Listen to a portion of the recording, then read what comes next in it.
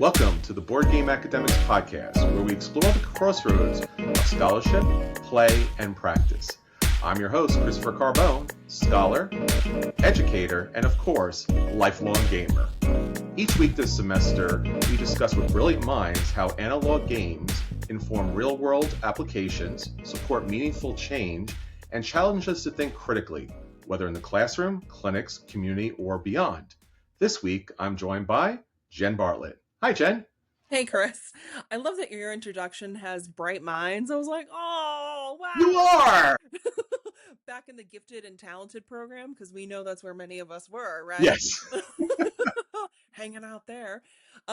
Again, thanks so much for reconnecting with me and Yes, for definitely. this invitation. And it's always so wonderful talking with like-minded people who have same Yes. visions and hope for the our board gaming future too, and what we can collectively do together. So thank you. Yeah, I am Jenn Bartlett. My official work title is Head of Reference and Adult Services at the Manchester Public Library in Connecticut. I always have to be so specific because there's a Manchester, New Jersey too. We get phone calls from all over the country, and sometimes folks from UK will call us as well Wow, too. yeah. So officially at the Manchester Public Library, I started our Silk City board game group in 2015. This kind of came about from many years of being in the board gaming space and kind of being a female in the board gaming space. My goal was to really provide a space for adults, for them to feel welcomed and included. And since we are a public library, for access and inclusion to be so much a part of that. Because in some spaces I hadn't felt that way. And I was like, gosh, I obviously cannot be the only person who was feeling this. The community that I work for is about 20 minutes east of Hartford. We're kind of in Yukon country, so go Huskies, I guess, although I went to Quinnipiac. Yes, our Yukon Huskies women team. So we are a very, very diverse community. We're about 60,000 people as of the last census, and economically, racially, religious backgrounds, blue collar jobs, white collar jobs, very, very super diverse community that I work for, which is wonderful. The town I grew up in was also very, very diverse. So working in this community has been like growing up, being at home. It was just comfy, cozy, and just great to be in that kind of environment again. And a lot of days I'll say my work is very hard, but I feel like the community that I work for, truly you can change their lives. And that's great. And we can do that with board games too. So I also started circulating board games in 2017. So we're creeping up on our 10th anniversary over here. We started off with a collection of 85 games, mostly all donated from publishers, which is unheard of these days. And I don't recommend to fellow librarians that they go that route anymore. But our collection now spans 3 age ranges over 2 buildings, and we have probably now up to 1,200 games system-wide, which is amazing. Again, for a community like mine, where, and I think I'd said this to you in a previous conversation, one part of our community, 42% of the population lives in poverty. And that for a single mom being able to provide the same kind of entertainment and educational value too for her children, or for herself even, that to me is the magic, right? That the magic that we as librarians can provide. So we had our 10th anniversary of Silk City Board Game Group last year. I also have done for 5 or 6 years now our local designers and publishers fair, where we really tap into our local community and have local designers, local publishers, all the way from the prototyping stage to the finished product. I've had folks come from Vermont, parts of New York, Long Island, Rhode Island, driving 3, 4 hours away just to come Wow. to this event. And it's probably the hallmark of my year and our board gaming calendar. It's such a way for us to grow our community, to get playtesters and players in front of folks who are often Sure. struggling to get people in front of them, Yes. and to foster folks who want to do this and maybe thought they couldn't. It's a really feel good event. Our designers and publishers always leave, I think, a little more hopeful than and kind of inspired as well too. Um, and my folks who come to our events are really great. They work well with our designers. They're not rude. They provide honest and good feedback too. Wonderful. So, Jen, obviously, what you've been able to create at the library has been a tremendous service, not just to local community members, obviously, members outside of the local area, publishers, designers, gamers, to find a valuable third space. Why tabletop games, though? Obviously, you talked about some of the entertainment, the educational value of it, but it seems to have done much, much more than just be generally valuable to a couple of families or a couple of kids. I increasingly more so. I'm a late to life gamer. My husband grew up with board games.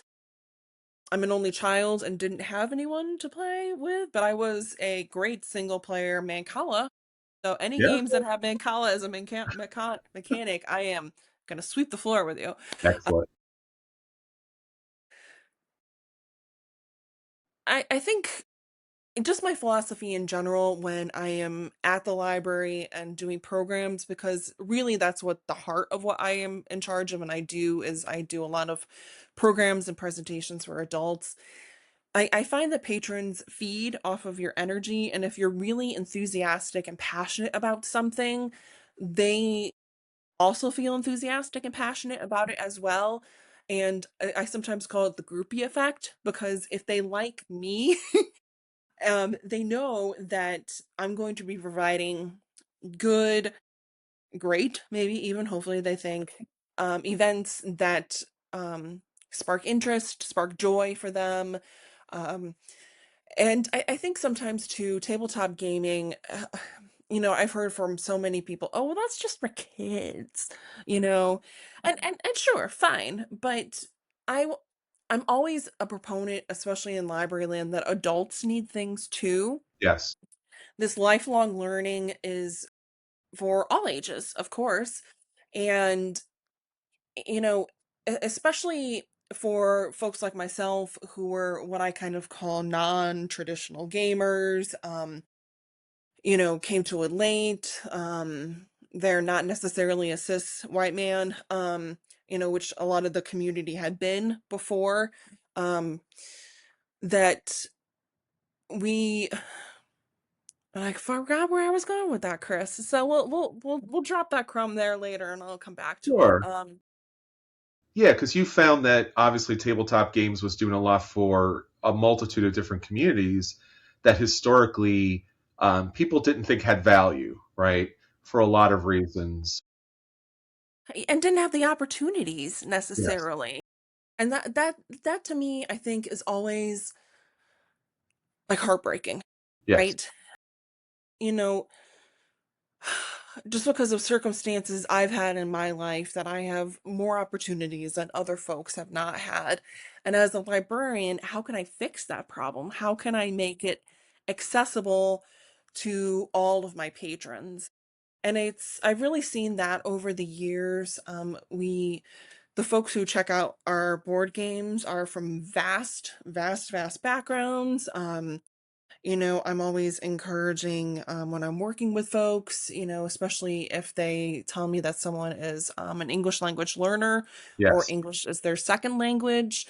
I try to guide them towards games that may help with their English language skills, or are kind of where they at in their journey on Yes. or learning English. I work a lot with folks one of the questions I may ask is, do you have anyone who's color sensitivities or anything like Yes. that too? Sure. Because as we know, publishers are still not making all those changes. I love that too. So it's it's really such a joy for me when I'm so all of our board games by and large are in the lobby when I'm kind of walking through our big lobby and I encounter someone who I've maybe not worked with before and I can kind of oh hey, can I help you find a board game today? And they're like, yeah, I'm kind of looking, I'm not sure what I'm looking for. And my question is always, what was the last great game you played? And sometimes people can answer that, but it's kind of like a gaming advisory instead of a reader's advisory like we have for some staff on for books. Um, and I get so much joy out of that, talking to people, seeing where they are. You know, I had someone yesterday that I was working with, and they had put Everdell on hold, and they named a couple of games that they had been playing, and I was like, "Is Everdell like a good comfy zone?" And the week before, I had had someone who had Lisboa in her hands, Oh, fantastic. Love and it. I was like, "All right, let's dig deep Let's here, go. let's go, all right." Um, so So, it's Jen, it seems that obviously a lot of the experience that you have as a reference librarian and just working with patrons and trying to introduce books and series and explore different topics and ideally drill down into some heavier, more complex things. You're applying directly towards your efforts to engage people with tabletop games. So, for a lot of librarians out there who may not have had the opportunity either to have a collection of tabletop games, or maybe they do have tabletop games, maybe there's some tips or tricks or techniques that you can kind of help guide them as far as with that process of like bringing games to people who might be like, oh no, that's for kids and I'm adult and I'm cool and I don't play games and stuff like that. Or, hey, that Lisboa game looks incredibly scary and dense and why is there cubes? Why are there no people in here? yeah, or you know, so that's so fun that you picked on that too because the skills are transferable, right? And my background was in journalism. So I love all these things together because it's that curiosity Yes. and asking the right questions, which is really drilled to us into library school, especially when we're asking, we call it the reference interview. This is like a board gaming interview. And professionally, the biggest thing when we are building collections like this is to know your collection, to know specifically what you are purchasing, have your hands on it, watch videos, watch reviews. No, kind of not just willy-nilly purchasing things because this is still a library and we still have to sometimes depend on reviews or sources. Um, but just like you wouldn't purchase a book without looking at professional reviews, we shouldn't also be doing that with either knowledge of the industry, knowledge of the games themselves. And if you don't necessarily have that, that's fine. But use like Board Game Geek. I'm always saying Board Game Geek, like look or take the title, Everdell as an example, and watch a how to play video or review or something.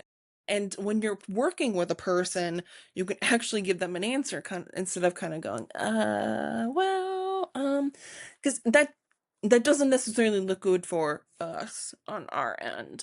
Um, and sometimes there's folks on staff who can help other people.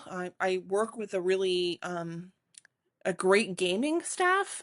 Yes. So if I'm not there, there's others who can guide patrons. Um, but yes, and two, when I'm working with librarians, when they ask me oh gosh, how many games should I start off in my collection? I give them like 25 Oh, because excellent. that's manageable. You can know what you have in your collection. It's small and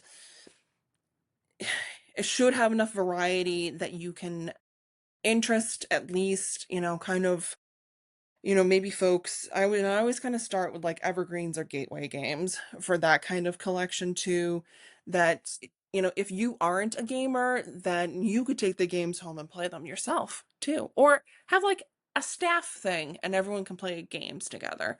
Um, Excellent. So, Jen, you mentioned about the collection. I guess that's the second step. So, obviously, librarians do have the skills and abilities and knowledge and education how to engage with people about tabletop games like they would with books. And you mentioned having a collection that's curated to meet a lot of people's needs.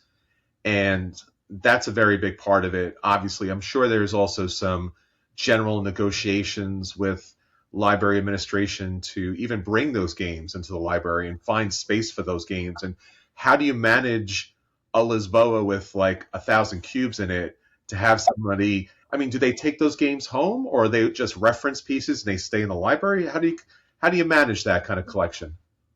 So that's one of the biggest things that's been a problem for many librarians. And I've been working with librarians for, probably close to 10 years now and trying to give them advice. And they themselves typically are gamers and they're already sold. I don't have to Yes. sell them on the why and the Yeah. how, which is great. But it's sometimes supervisors, administration who aren't seeing the big picture, which to me is really a shame because this isn't new. This like isn't not at this point now in 2026, it's not a new thing. The ALA, American Library Association, has had the Games and Gaming Roundtable for a long time. I'm not going to give a date because I don't exactly know how long, but a very long time. Library Journal, our professional magazine, has at one point, of which I was one of the writers, had a board gaming column. So there was that. And even just for administration and supervisors who were going to other buildings and kind of having meetings or whatever, they're probably seeing games in those libraries. Yes. And the statistics are there that games in libraries are are or they're not going anywhere. Um, so that can be really challenging for some of my colleagues across the country, and I'll always say, have them give me a call. Yeah, of course. Um, because if I can't convince them, that's that's a that's a hill no one can climb then. Yeah. Um, And it's it- really important now more than ever as the United States, I'm sure places around the world as well is feeling this, is that we're losing our third spaces. So you have home, you have work, you have your stores to purchase stuff, but like, where do you go to build a community? Where do you go to just enjoy yourself or spend time either alone or with other people without some cost or service kind of like pushed upon you? You just want to kind of like chill in that kind of environment, meet your neighbors, build programs and events and things of that nature. So libraries have always been incredibly valuable. I mean, it's really in a big way what holds a society together. That kind of knowledge and information about history, right? I mean, because again, as they say, those who don't, understand or remember, explore history are fated to kind of repeat it, as we are currently seeing in some of our modern day world. But where do you get that knowledge? And I remember being a kid myself and family not having money. Like we had one encyclopedia. Now, when I say one encyclopedia, Jen, I mean literally A. We had the A encyclopedia. And I still have that, in fact, because again, it was like, what could you afford? But you could go to the library and explore worlds and cultures and just all those kinds of different dynamics. Now, as so much stuff has, at least literature and such, so many of those words have shown up on screens, and libraries don't have to hold a lot of text or as many texts as before. Libraries have seemed to shift towards providing that third space, that service, that open community, that development, professional direction and exploration. As an academic, like I would never have been, or I would have never gotten as far in my academics without my librarians, because like I didn't know where to look or how to do things.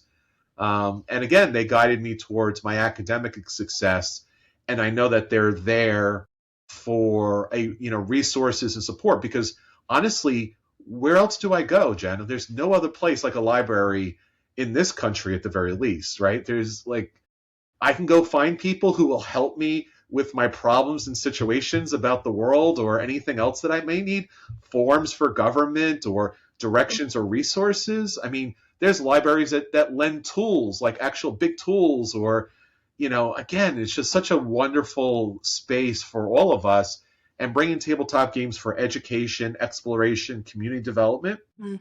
is such a wonderful next step. And again, tabletop gaming, typically we're quiet, except for the social gamers who like to yell at,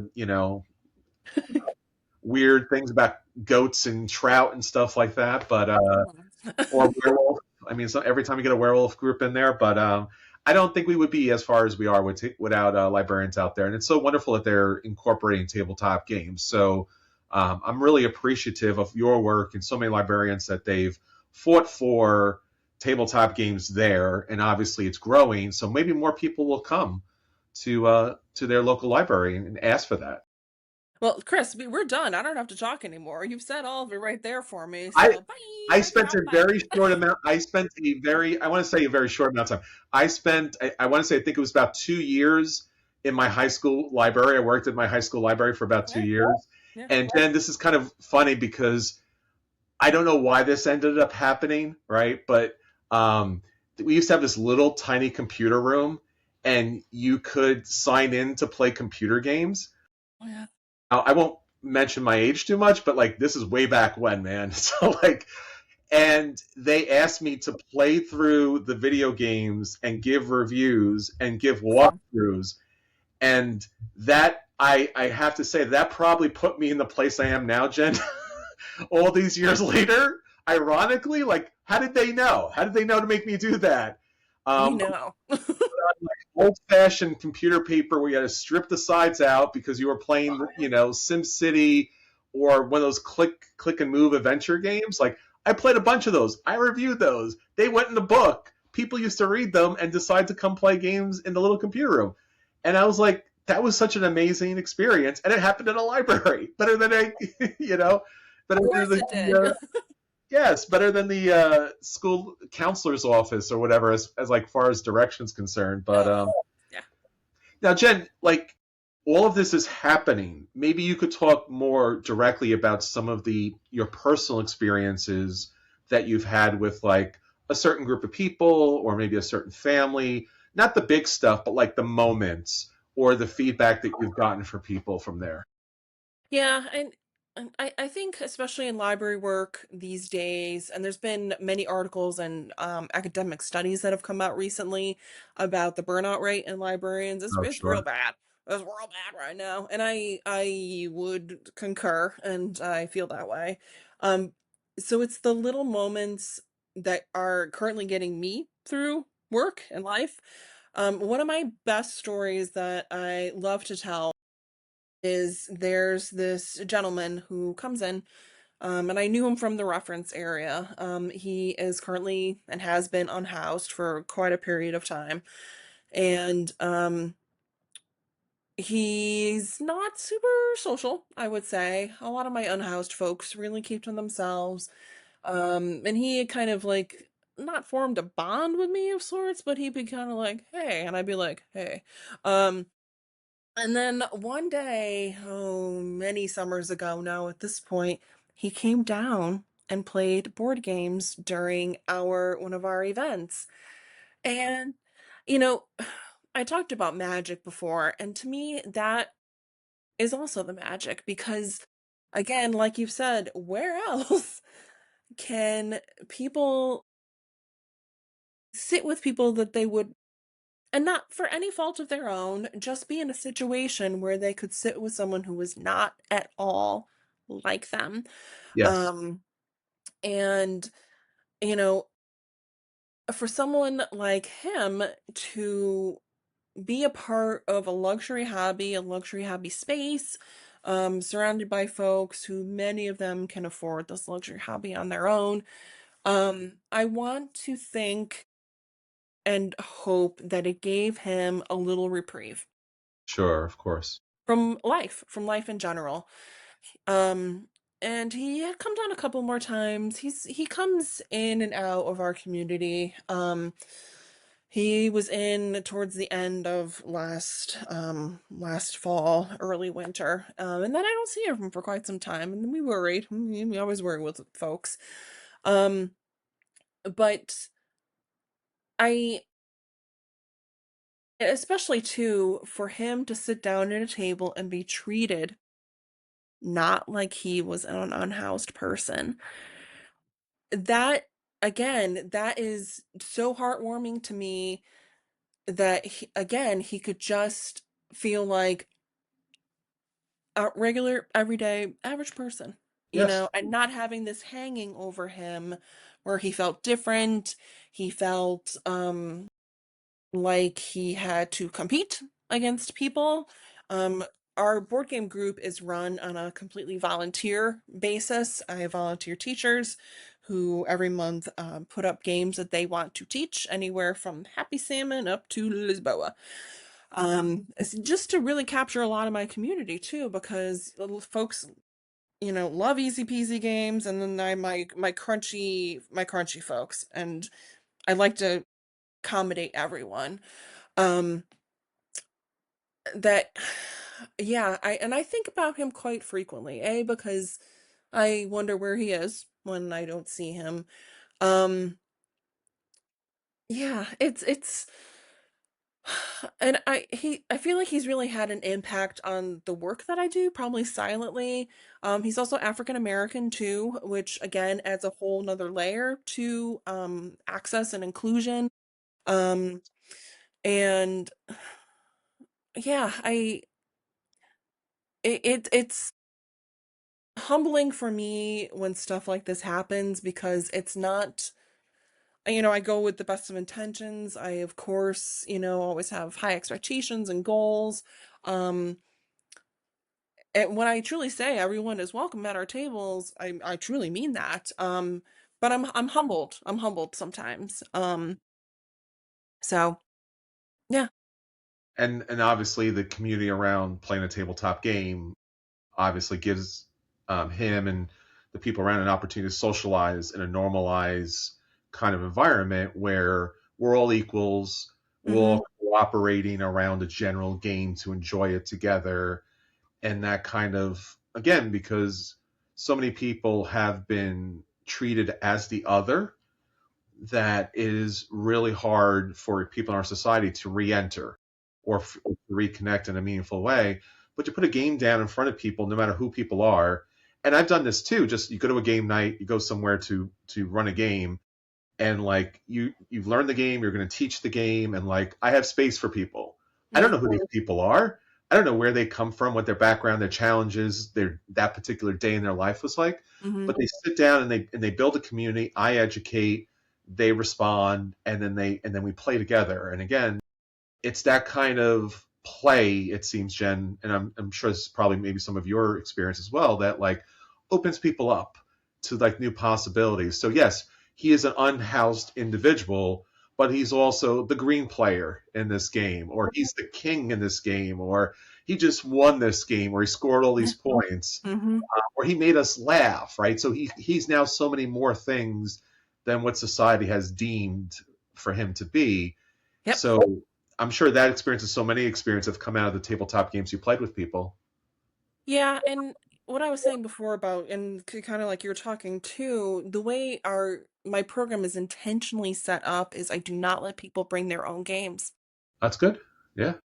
Because and I'm guilty of this too. If you Sure. end up at a friendly local game store, you've probably brought that game to play with certain people, your Yes. friends, the people you've connected with before, and that is fine. I'm not knocking that at all.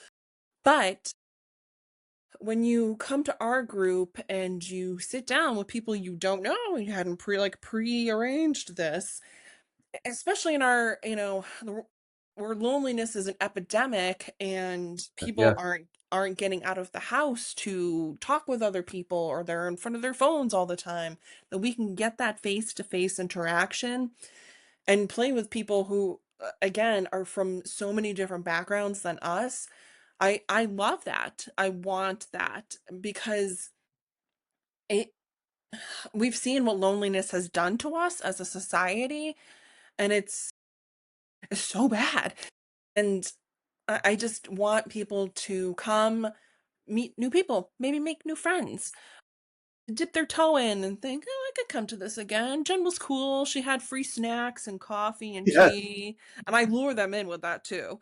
Um, as another you know, barrier. Sometimes at friendly, local game stores, you have to pay to play. They're expected to purchase snacks, which is again, it's their business model. I'm not sure. knocking that, but I don't want people to feel like they have to come in with the IKEA bag of games, which again, um, or feel like they have to purchase something. Um, yeah, and I've had literal grandmas sit down at Aw, games. They came together, these two ladies, and they it came for like a cupcake game, which sure. I loved for them. They didn't come back, which quite fine. That happens a lot.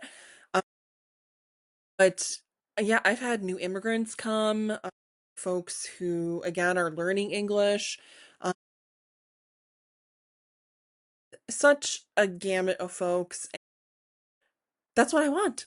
That's what I want. Well, Jen, you're going to have another opportunity to educate, inform, direct, and hopefully inspire other librarians, other people out there in the community to build and gather other people for those opportunities to get tabletop games to the table at our Tabletop Scholars Conference that Board Game Academics is going to have on April 17th to the 19th. But you definitely want to be there for the 16th because Jen herself will be presenting on one of our educational tracks, specifically about community, because a lot of us, no matter what our background, our field, our particular profession might be, we want to be able to gather people in that kind of educational community kind of experience. And who better to ask than a librarian? Seriously, like, so we're going to have Jen there to talk more about this and give people skills, backgrounds, tips and tricks, whether it's at the friendly local game store, at the library, or hopefully maybe even to how to talk to your librarians if they don't have a game collection, because they should have a game collection. They should, and I'll talk about developing collections too, and Wonderful. making sure your collection is diverse. Yes. Um, that's a big, if we're doing it with all of our other materials too, I always like to remind folks that building a diverse collection is also very important. Places that you can purchase games at discount, processing and cataloging, that's always something that people are really super interested. I didn't answer your question earlier, Chris, about checking them out or in-house. We'll talk about that in our process. There The for the Gen conference, Jen. approved, the Gen stamped and approved method. Working with FLGSs, working Yes. with local designers, building events, and just being out in the community and kind of being, you know, ambassadors for our hobby because we have to be We do. good role models, I think, as well. And again, in this day and age, it's a radical take to actually bring something into the community and welcome people to the table. And now more than ever, we need more seats at the table, not less. So um, definitely join Jen for that opportunity at the Tabletop Scholars Practitioner Workshop Day. It's going to be all about practical tools and tips to get play-based, game-based learning there. And then obviously we'll have 3 days of games with fellow professionals to learn how we can connect play with purpose. So everyone's going to get to play a lot of games, figure out what games might work best for their professions and their fellow colleagues and practitioners, because in fact, there are some games out there, Jen, and I'm sure you know this best of all, that we probably necessarily don't want to bring to the table because of some issues, whether it may not work with a group or the game itself might be a little bit challenging. So we'll be able to go through all that kind of fun stuff. Yeah, oh yeah, there's definite games I do not put in our collection. So, and I'm really so looking forward to it, Chris. Yeah, One of my long-term professional goals was to be asked to speak at a conference, and little did you know, Chris, that you're helping again, and I'll say it again, I'm humbled that you thought of me. Because I think for many of us when we're in this space, we're not thinking and looking for platitudes or recognition. We're doing it because we're passionate about it and we truly want to help people. So to be amongst people and we can all kind of, we're just going to pat each other on the back and be like, you're doing great work. You're helping people. Um, We need to do that, Jen, though, because we again, like do. you said, the type of person who puts others before themselves, and you have to do that because, like, you and I have done that a lot, where we've played a game that maybe we didn't love, Hmm. or we played a game with all new people, which is can be challenging because again, you have to kind of like manage expectations and teaching and maybe a little interpersonal conflict and thing of that nature. So we're giving, and I think this conference is going to be great because we can kind of collectively support each other to do more of this in the future. But I think historically, Jen, we've all been out there separate on our own in the wilderness, kind of trying to do this. And I think again, if we're going to bring community to others, Jen, we have to bring it to ourselves. We have to have a strong community support. Yeah. Kiss, Chris. I love that so much. That's Oh, like a thanks, man. quotable moment right there. And everybody, you can join us. Board Game Academics has a membership. It's free. We just want you to be part of the membership so that you'll be able to collect, collaborate, to network with other people within your profession, whether it's looking for job opportunities or looking for tips or tricks or recommendations or advice. And obviously, the larger and the stronger we build a network, the more we can do out there in the community. Jen, thank you so Chris. much for joining us here. I'm I'm so excited, and for warning for folks, I'm like this in real life. I move a lot, I use a lot of my hands, so and I'm an extrovert, which is unlike librarians It's and a true. lot of gamers. So you just just strap in and hold on. We're gonna go, and it'll be great. Wonderful. So you can find more about Jen's work in the show notes. So take a look at Jen's link so you can find more about her, connect with her as well, and all her different social medias. And again, don't forget about the upcoming Tabletop Scholars Conference. There's still time to register and to join us there. And obviously, all the other resources there, the academic essays, the academic journals, where a lot of research is being done. So you can kind of take a look at that and educate yourself and have resources so that you can educate others why tabletop games are so great, not just for entertainment, but for other things as well. All right, everybody. Until next time, we want you to keep rolling and thinking critically. Take care.